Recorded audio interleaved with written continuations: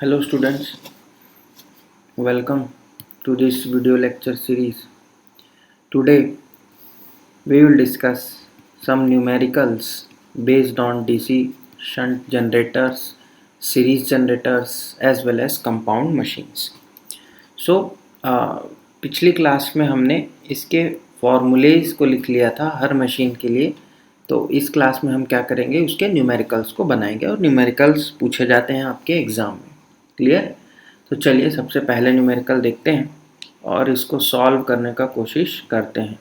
आपसे ये एक अनुरोध है कि जब आप इस वीडियो को देख रहे हैं तो उसके पहले आप पॉज कर लीजिए और एक पेन और पेपर ज़रूर रखिए अपने साथ और कैलकुलेटर अपने साथ रखिए। इससे ये होगा कि जब ये न्यूमेरिकल सॉल्व करेंगे तो जब मैं वैल्यूज़ बोलूँगा तो आप इसको निकाल करके देखते जाना, क्योंकि ये मेरे पास प्री सॉल्व्ड है, पहले से मैंने सॉल्व करके रखा हुआ है। तो आप वहाँ साथ में निकालते जाइए, पॉज कर करके इसको देख लेना। तो चलिए सबसे पहले हम क्वेश्चन को समझते हैं। देखिए क्वेश्चन इंग्लिश में हो चाहे हिंदी में हो, कोई दिक्कत नहीं होना चाहिए। किसी भी बच्चे को एक दो बार पेपर इंग्लिश में भी आ गया था, तो अभी जो है हम लोग इंग्लिश से ही इसको स्टार्ट करेंगे। उसमें कोई भी समझने में दिक्कत नहीं होता है, मैं सब चीज़ का हिंदी आपको बताता चलूँगा। तो चलिए किसी भी न्यूमेरिकल को, उसके पहले एक बेसिक समझा देता हूँ। किसी भी न्यूमेरिकल को बनाने के लिए हमें तीन चीज़ को जानना ज़रूरी है। पहला है गिवन डाटा, कि क्या क्या क्वेश्चन में दिया है। सेकंड है टू बी डिटरमाइंड, क्या हमें निकालना है। और तीसरा होता है उसको निकालने का फॉर्मूला या इक्वेशन। तो ये अगर तीन चीज़ मेरे को क्लियर है तो मैं कोई भी न्यूमेरिकल को सॉल्व कर सकता हूँ, ना सिर्फ मशीन बल्कि सभी सब्जेक्ट्स का। सबसे पहले गिवन डाटा क्या है, देन क्या निकालना है, और तीसरा उसका निकालने का फॉर्मूला।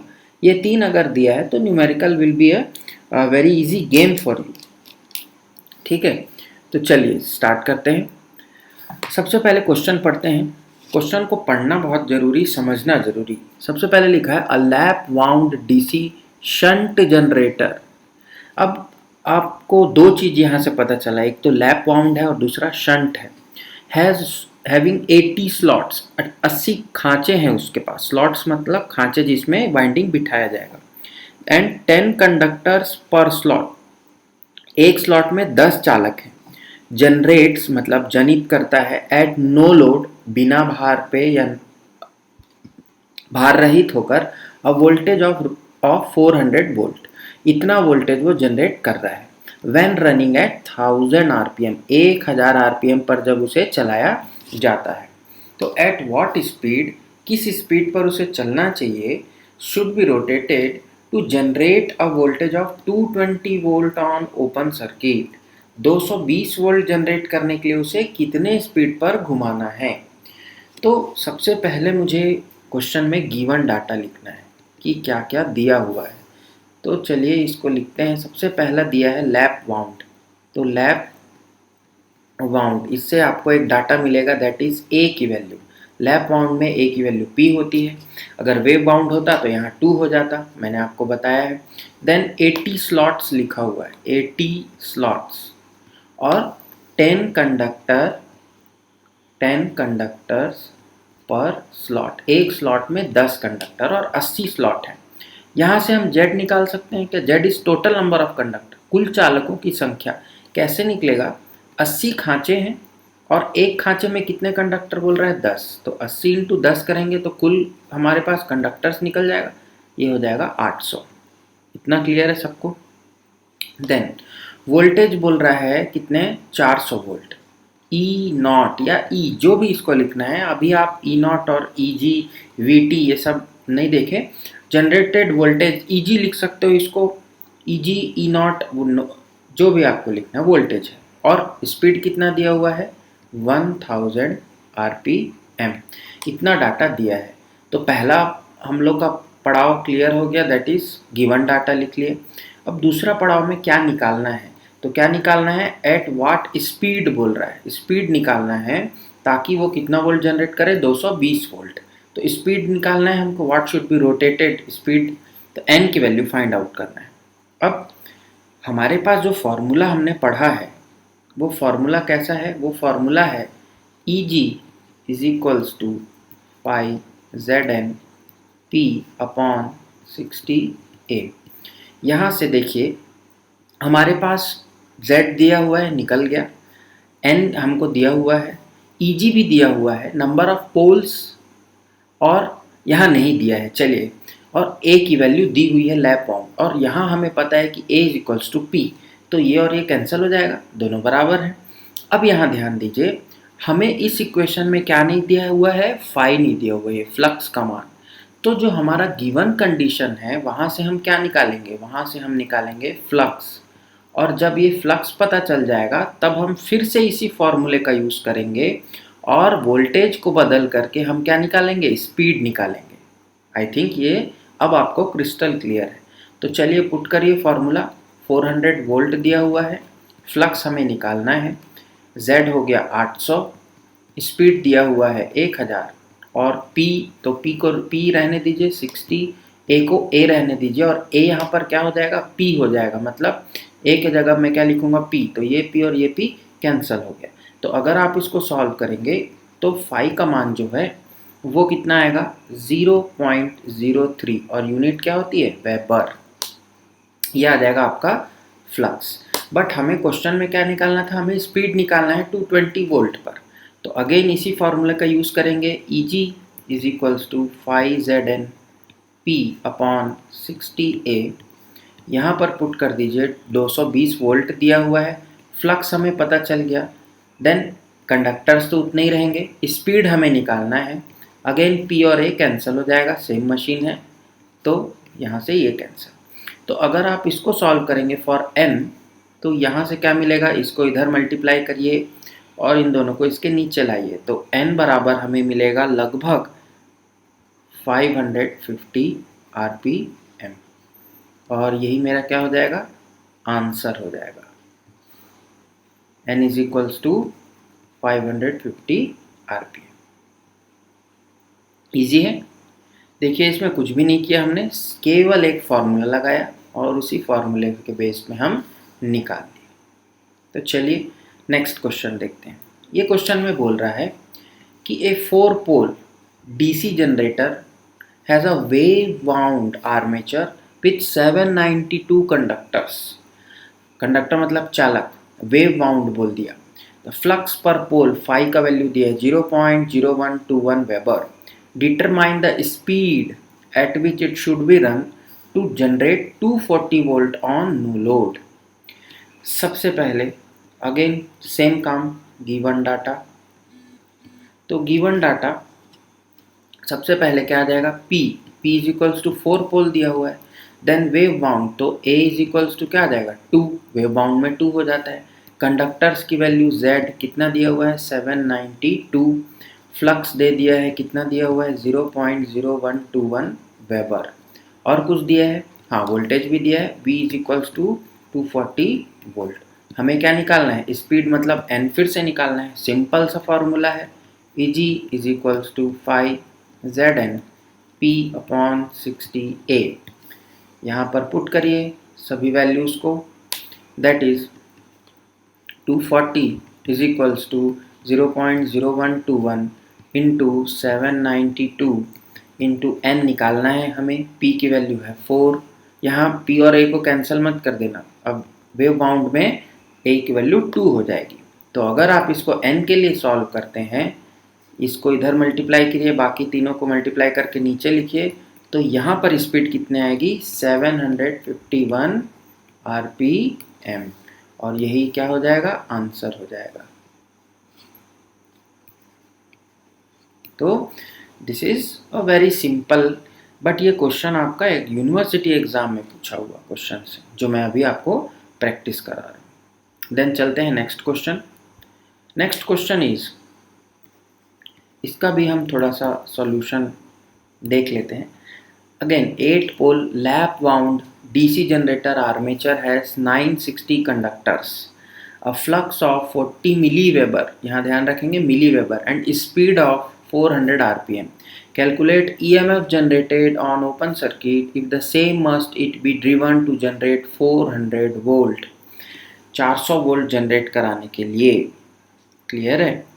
यहाँ पर देखिए अब हमको क्या लिखना है, गिवन डाटा लिखना है। तो गिवन में क्या किया जाएगा, P सबसे पहले 8, then lap wound A is equals to P, then armature का conductors Z is equals to 960, flux दे दिया है, कितना दे दिया है 40, लेकिन मिली वेबर है, मतलब 10⁻³ वेबर।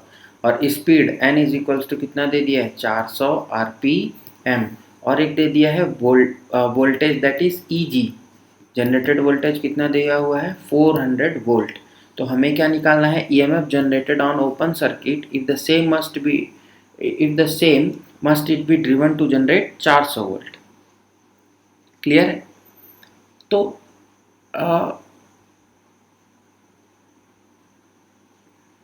एक मिनट, इस क्वेश्चन में थोड़ा सा यहाँ चेक करिएगा, कैलकुलेट द EMF जनरेटेड न हो करके यहाँ पर क्या जाएगा, कैलकुलेट द स्पीड आ जाएगा, it must be driven to generate 400 volt.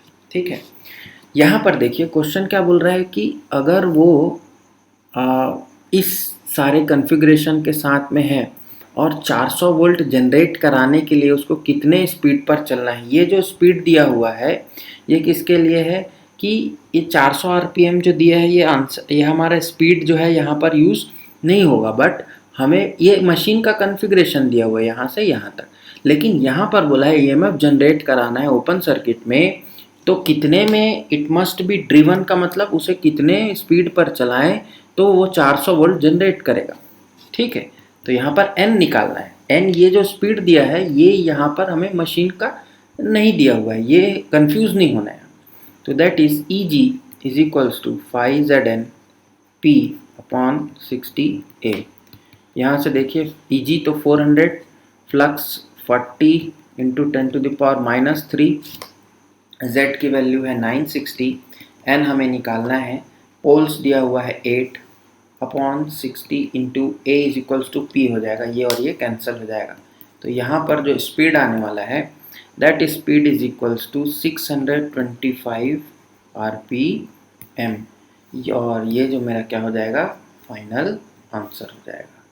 यहाँ कंफ्यूज नहीं होना है, स्पीड क्वेश्चन में दिया हुआ है EMF generated on an open circuit if same must be driven to generate 400 volt, ऐसा बोल रहा है। क्लियर है? तो यहाँ पर थोड़ा सा चेंज है। आई थिंक ये क्वेश्चन भी आपको क्लियर है। अब आगे बढ़ते हैं। एक क्वेश्चन ये है, इसमें बोल रहा है कि a 4 pole lap wound DC shunt generator runs at 1500 RPM and generates 240 volt. If armature has 440 conductors, then calculate flux per pole. I think अब ये क्वेश्चन आपको आसान लगेगा क्योंकि हमने बहुत चीज़ें अब सॉल्व कर ली है। तो गिवन डाटा लिखते हैं, P is equals to 4, then lap on मतलब A is equals to P, shunt generator अभी रहने देते हैं, स्पीड दिया हुआ है 1500 RPM, then generated voltage that is EG is equals to कितना हो जाएगा 240 वोल्ट, और Z is equals to 440 conductors. तो क्या निकालना है, फ्लक्स निकालना है। Again formula is same, EG is equals to 5Zn P by 60A। अब तो शायद आपको फार्मूला भी रट गया होगा। तो 240 इज इक्वल्स टू फ्लक्स हमें निकालना है, इस कंडक्टर्स दिए हैं 440, स्पीड दिया हुआ है 1500, और पोल्स दिया हुआ है 4 upon 60 into again A is equals to P, मतलब ये भी 4 हो जाएगा, ये और ये कैंसिल हो जाएगा। तो यहाँ पर क्या मिलेगा, यहाँ पर मेरे को मिलेगा फ्लक्स की जो वैल्यू यहाँ आएगी वो आएगी 0.0218 यूनिट, क्या हो जाएगा वेबर। यही मेरा क्या हो जाएगा फाइनल आंसर हो जाएगा। इतने इजी क्वेश्चंस आते हैं तो आपको बिल्कुल भी क्या नहीं होना है, पैनिक नहीं होना है कि बहुत कठिन है। कुछ भी कठिन नहीं है, बस आपका थोड़ा सा सिंसियरनेस चाहिए। चलिए अब अगला क्वेश्चन सॉल्व करते हैं। अगले क्वेश्चन में बोल रहा है कि for a DC shunt generator having armature resistance, थोड़ा सा चेंज हुआ, 0.01 ohm, field resistance 100 ohm, 100 ohm, and is fed with 100 volt DC supply. If the armature current is 10 ampere, then क्या है ये armature current, then calculate back EMF produced in the armature. ठीक है, back EMF की value निकालना है, that is the generated EMF, back EMF यहाँ नाम है। अब यहाँ पर थोड़ा सा कंफ्यूजन ये है, क्वेश्चन में उसको यहाँ मोटर लिखना था। क्यों लिखना था? क्योंकि फेड विथ होगा, तो फेड विथ का मतलब ये होता है कि जो हमारी मशीन है उसे सप्लाई दिया जा रहा है, बट जनरेटर्स तो सप्लाई डिलीवर करता है। बट क्वेश्चन ऐसा है तो हम उसको बैक EMF जनरेटर में नहीं होता, मोटर में होता है। तो यहाँ पर थोड़ा सा कन्फ्यूज़न है, बट क्वेश्चन में करेक्शन अगर आया होगा उस समय तो ठीक है, नहीं भी आया है तो आपको इसी मेथड से बनाना है, इसमें कोई भी गलत नहीं है। तो सबसे पहला काम क्या करेंगे, सबसे पहले हम क्या बना लेंगे, DC शंट जनरेटर का डायग्राम बना लेंगे। आई थिंक ये आपको क्लियर है। ये आर्मेचर हो गया, और फील्ड कैसे रहता है इसमें, फील्ड इसके पैरेलल में रहता है। बस आपका 100% में से 80% काम यहीं से हो गया। बस अब वैल्यूज़ डाल दीजिए, 100 वोल्ट उसको दे रहे हैं, मतलब यहाँ आ जाएगा 100 वोल्ट। क्लियर?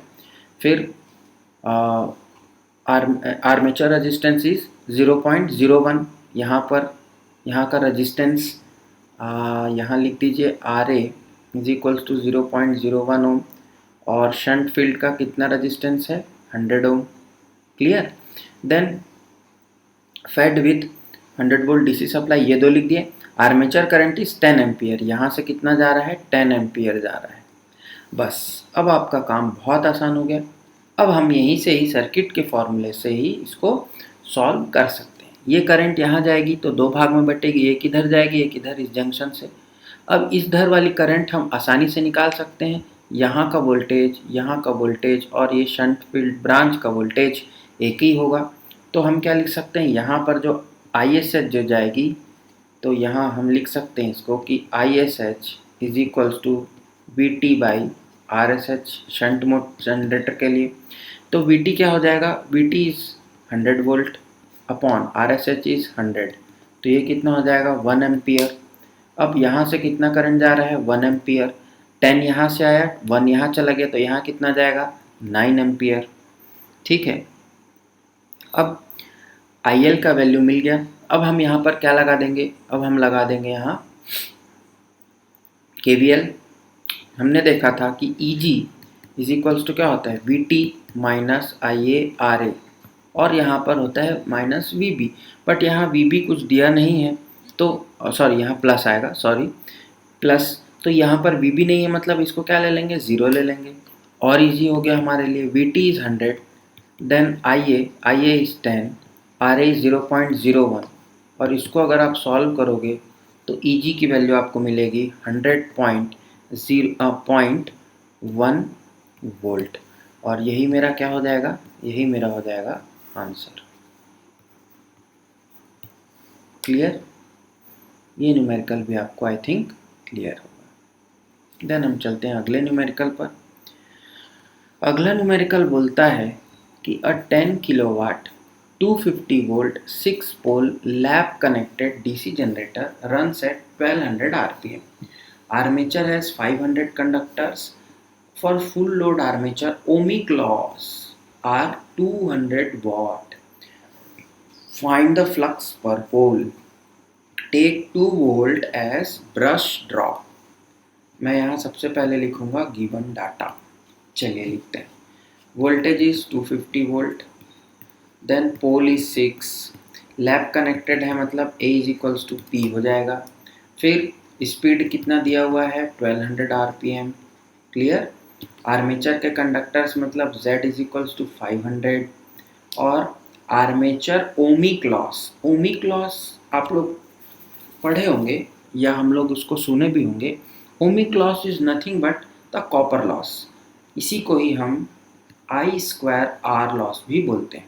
तो ये IA और RA यहाँ पर हो जाएगा। कहाँ हो रहा है ओमिक लॉस, बोल रहा है आर्मेचर में, मतलब आर्मेचर के रेजिस्टेंस और करंट होंगे वहाँ। इज इक्वल्स टू कितना दिया हुआ है, 200 वाट, और यहाँ पर देखिए ब्रश ड्रॉप दिया है, मतलब VB is equals to 2 volt लेना है। क्लियर है? अब हम अगेन थोड़ा सा इसको सॉल्व करते हैं और हमें निकालना क्या है, यहाँ हमें निकालना है फ्लक्स पर पोल, फाई की वैल्यू निकालना है। Again easy. अब यहाँ पर थोड़ा सा ध्यान देना है, इस फॉर्मूले से हमें क्या मिलेगा, तो यहाँ 200 इज इक्वल्स टू क्या मिलेगा, IA² RA। अब मेरे को यहाँ से RA का वैल्यू मिल जाएगा। RA की वैल्यू क्या हो जाएगी, क्योंकि IA की वैल्यू हमें दिया है क्या, नहीं, हमें IA भी नहीं दिया है, लेकिन हम यहाँ पर IA की वैल्यू निकालेंगे। कैसे निकालेंगे, देखिए power is equals to V into I होता है। क्लियर? तो यहाँ देखिए पावर हमें दिया हुआ है क्वेश्चन में 10 किलोवाट, तो P is equals to V into I, I is equals to P upon V। Power कितना है, 10 किलोवाट है, मतलब 10 टू द पावर 3 है, वाट में आ गया। वोल्टेज कितना दिया हुआ है, 250, डिवाइड कर दीजिए, आई की वैल्यू आ जाएगी, आई की वैल्यू आएगी 40 एम्पियर। अब इस आई की वैल्यू को यहाँ पुट कर दीजिए, तो आर ए की वैल्यू आ जाएगी 200 अपॉन 40।